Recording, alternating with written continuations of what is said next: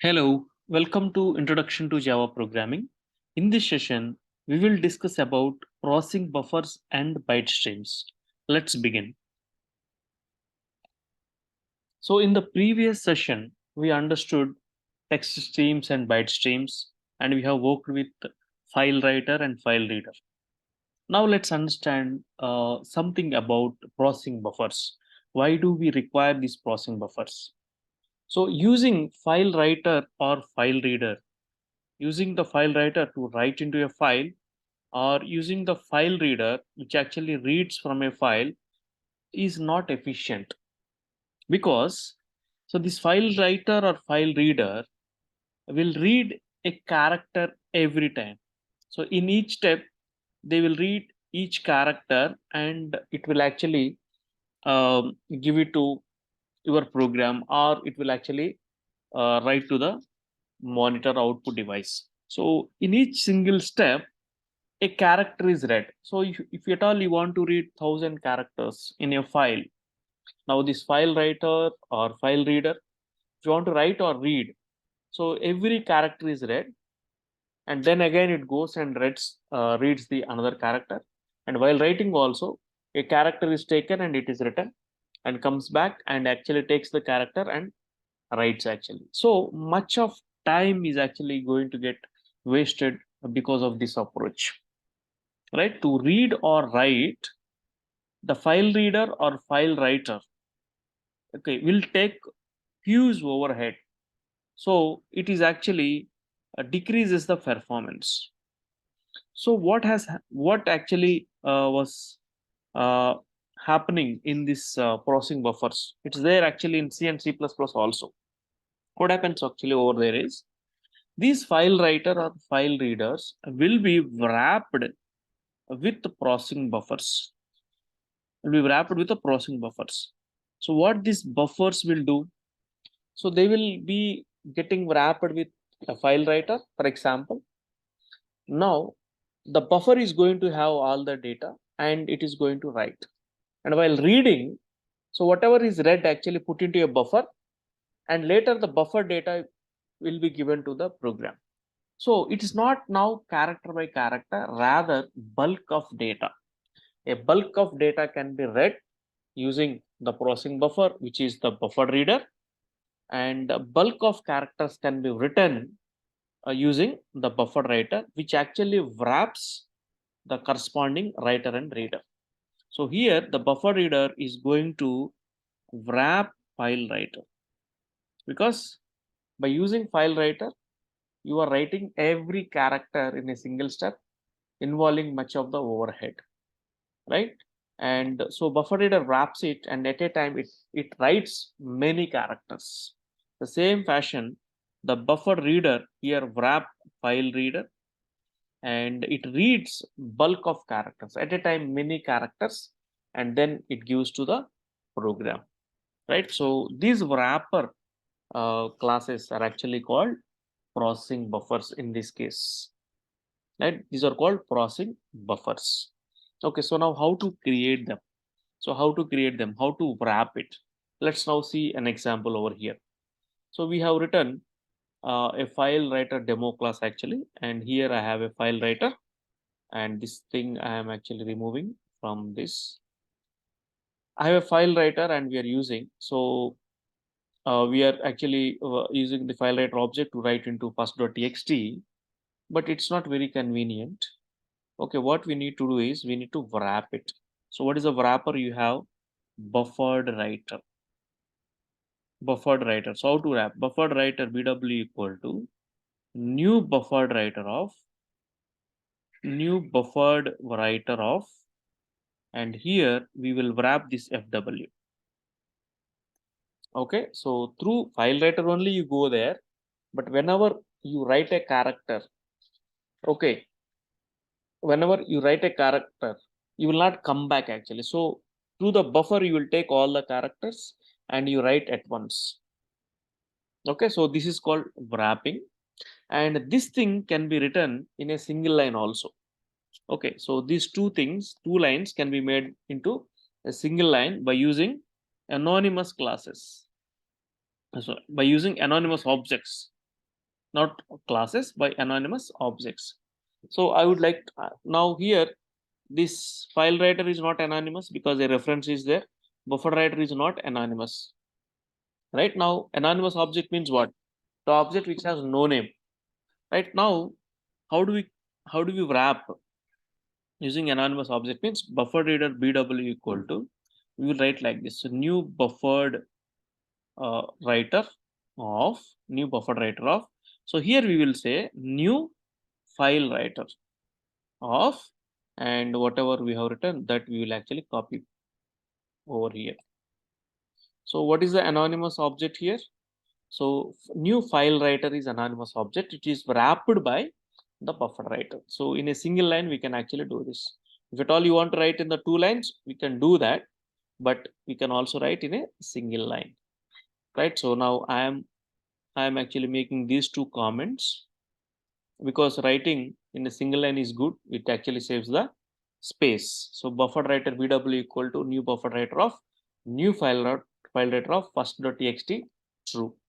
Now there is no FW, so we have BW, and again here we have BW, and finally we are closing the BW. So this is the processing buffer. That's actually the buffer writer. Let me now compile this. Let me now compile this Java C FW demo, right? Java C FW demo.java compile, and when I say FW demo, now you can see file written successfully, and you can actually go and check first.txt. So by saying nano first.txt, now you can actually see the file got written. Yeah, so if at all you want to run actually, so now you will see there are so many lines, right? So you can see 3 more lines actually. So let me run again and show you that. Let me run again and show you that 3 more lines are going to get added. So Java FW demo, and when I say nano first.txt, so now 3 more lines got added actually, right? So this is what wrapping the file writer using the processing buffer, that is buffered writer. Okay, if you understand this, let's go to the file reader. So now this file reader will be wrapped by buffered reader, right? So here buffered reader will wrap the file reader. At a time, you can actually read multiple characters. Every single step, you should not move from there to here, right? So at a time, you can push them into the buffer, and at a time, you can read it. So that's what actually happens by using processing buffers. So now here I want to use buffered reader actually. So now how to create buffered reader object? Buffered reader br equal to new buffered reader of and new. So it has to wrap what? File reader. So new file reader. So I am going to create anonymous object of file reader, new file reader of. So what I want to read is first.txt. Okay, so this is how we'll actually create a buffer reader object. So now this I am making comment. So here, what is the approach? This approach is actually by using anonymous object. Okay, wrapping. So we are wrapping anonymous object. So anonymous object of which class? File reader class. Buffer reader br equal to new buffer reader of new file reader of first.txt, and here I can use in place of fr, I can use actually br. That's it. So everything is fine. Everything is fine. So just I have created buffer reader, processing buffer, which is wrapping the file reader such that the performance is more. It is more efficient. That's it. So let me now run fr demo. Now let me control X over here, then control L, then Java C fr demo. Java C fr demo.java.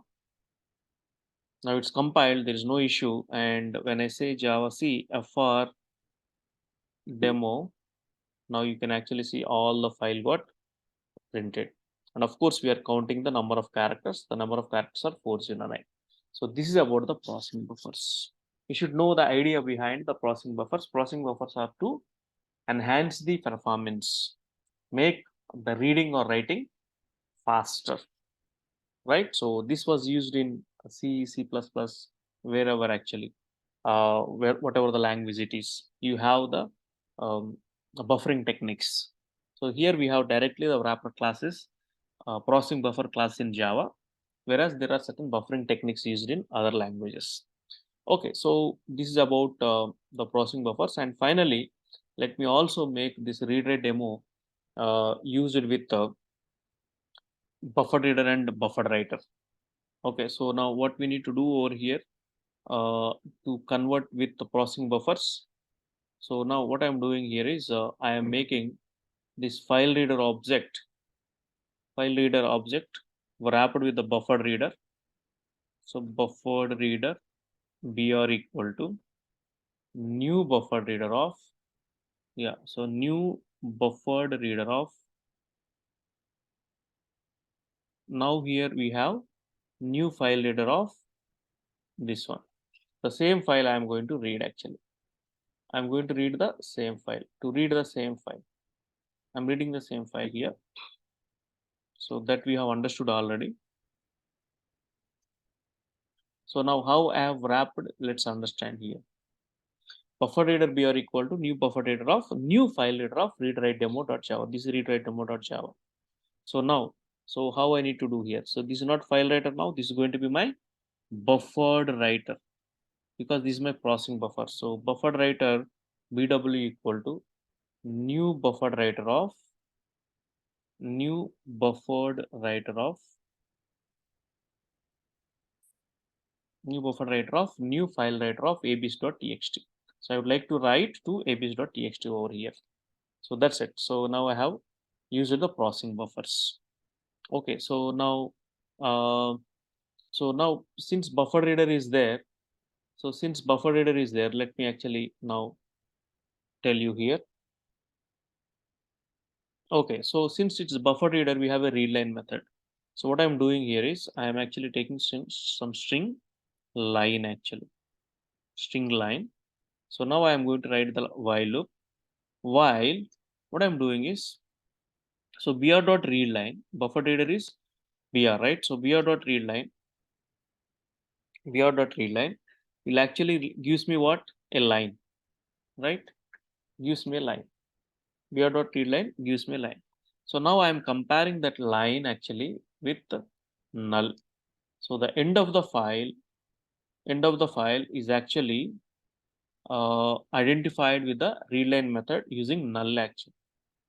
Okay, so here we can also write, so EOF with the readline method is because of the null actually. Read method -1, end of the file through readline method is null. So what I'm doing, I'm reading a line, br.readline. It reads a line of text, right? So that's nothing but a string line, and I'm comparing this line with the null. If it is null, there is nothing. Otherwise, what I have to do? Otherwise, I have to write that to abs.txt, and that abs.txt is actually pointed by the stream bw, right? So now I can say bw dot write, and I can say write of line, because we have a method to write strings, right? And here what I'm doing is I would like to have the count of lines actually. So now I can say int count equal to 0. Which count? L count. Okay, I say L count. So now I say L count plus plus, because every line I am going to read, right? So I will be telling now how many lines are there. So instead of number of characters, number of lines in the file is nothing but L count. And file return successfully returned to abs.text, and this is not fw, this is going to be bw, and this is not fr, and this is br, and this is not fw, this is bw. So now I have changed the program completely with the processing buffers. So this is a program to read the existing Java file and write into some abs.txt. So how we are reading and writing? So I am actually having a string line, and br.readline reads a line of text. So this line I'm comparing with null. If it is null, then there is nothing. If it is not null, there is something that I am writing into this. I am writing into this abs.txt, and I'm making use of the count, right? So because it reads a line, so how many lines are there, we can actually know with this particular L count. That's it. So this is how we can read and write using buffered reader and buffered writer. So let me now compile this Java C read write demo.java. Yeah, so when our read line is there, so of course we have IO exception. So IO exception I have thrown. So there's no issue. And Java read write demo, Java space read write demo. So now we can see file read and successfully returned to abs.txt. So I'm not printing here actually. If I print, the whole program will get printed, but I'm not printing here. So file read and successfully returned to abs.txt. So now I need to see this abs.txt, nano abc.txt. So in the txt file, what all should be there? The whole of this program should be there, and the number of lines also should be there. Okay, now let's see. Yeah, the program has been read actually. See, the program has come up like this. Import java.io, public read demo, so and so, everything was there. And the number of lines in the file are 23. So you can see how many lines are there. The last line is 23, right? So the number of lines in the file are 23. It's actually getting printed. It's actually getting printed, but it's not printed line by line, right? So let me actually figure out that one also. Okay, so what I'm doing, bw dot write of line. So, and every time I read a line, it's actually getting appended over here. Okay, so now what I do is, after every line, what I do, bw dot write of a new line. So how to write new line? /n. Okay, so at the same time, what I want to do is, I want to print also. I want to print also, right? Where I want to print on the console. So in order to print on the console, what I do, I will actually use system.out.println and just print the line actually here. System.out.println line I'm printing. So now let's see. So let me compile this Java C read demo.java and Java read demo. So now you can actually see the whole file, whatever I have written, right? Whatever the file is there, that file is getting printed. The whole file is getting printed because I have used system.out.println of line. Okay, so now what we do, we will go to abs.txt and we can actually see. Yeah, so now it's actually written because I have written a new line. So every time a line is printed, a new line is coming up. So the whole program must get printed. And how many lines are there total? You can see 25 lines. So the number of lines in the file are 25 lines. Okay, so like that, I have made my program with the processing buffers. It is efficient. The program will be efficient. The reading and writing will be efficient if we use the processing buffers, and these three are the examples. Okay, so that's about the processing buffers. For the text streams, for the text stream, file writer and file reader, we have corresponding buffered writer and buffered reader. So now coming to the byte streams. If you understand the text streams, understanding the byte streams is so easy. Okay, for byte streams, we have the top level class is output stream, just like writer, and the top level class input stream, just like reader. Okay, then we have, just like file writer, we have file output stream, which can be wrapped by buffered output stream. Just like file reader, I have file input stream, which is wrapped by buffered input stream. So here file output stream, we have write method, and file input stream, we have read method. In addition, whenever you are writing file output stream, you need to write bytes actually. So for that, we have a special method called get bytes. So given an integer or given a string, we can get bytes from it. Okay, so however, this file output stream and file input stream I will be using in the serialization. I will be writing a program to tell you about that. But before that, let me actually explain you. I'm not going to write the programs, but I will explain what are byte streams and how to write programs. Yeah, so byte streams we know to read and write 8-bit bytes. So we have byte streams, they're also called binary streams. We have top level classes input stream and output stream defined in java.io package. So input stream and output stream are base classes, which are actually abstract classes. They have partial implementations and API. API means methods. Okay, so these streams are typically used to read and write binary data. So usually images, sounds, etc. And of course, our text data can be converted to binary as well.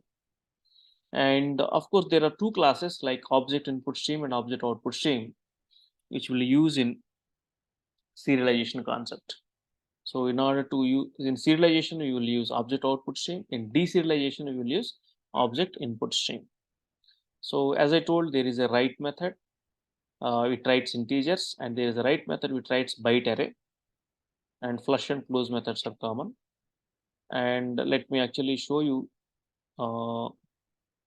Yeah, here there is a read method just to read the byte stream. Now with this information, let's actually go and see a program. Okay, simple, just like file writer only. See, just like file writer, we have file output stream, F equal to new file output stream of image.txt. Now I want to write a string, but string I cannot write into a byte stream directly. So what we need to do is get bytes from this particular string. So s dot get bytes, you will get an array of bytes. So byte array b equal to s dot get bytes. So now we can write array of bytes. So f out dot write b. So this is how we have to do it. Okay, this is just simply like file writer only. Only thing is the naming is getting changed, and here you cannot write a string directly. We can write integers, we can write bytes. So from the strings, get the bytes by using this get bytes method, and you will get an array of bytes and write it. That's it. And now in order to read, just like file reader, you have file input stream, and you just point to that particular file where you are writing, and the same logic, it reads a character and returns an integer, and you just print it and over. So this is not great actually. So exactly similar to file reader. Okay, so now I have another example where I'm reading and writing. Okay, so reading and writing, you require file input stream and file output stream, right? Pointing to c.java, same file. So my class C, my main class is class C. So the same file I'm going to read, and I want to write this file to m.java. So whatever we did actually earlier, the same thing is happening here. So when we are writing, write off byte of I. So that integer I'm converting to bytes actually. So explicitly typecasting to byte because it's a byte string. That's it. So this is about that. And we have buffered output stream to wrap file output stream. And we have buffered input stream to wrap file input stream. Okay, so that's about the byte stream classes. Byte stream classes, 4 classes. Okay, so hope you understood byte streams also. So if you understood character streams, understanding byte streams is so easy. I hope you have understood about the processing buffers and the byte streams. With this, I conclude these byte streams. And in the next class, we discuss about object serialization. Thank you.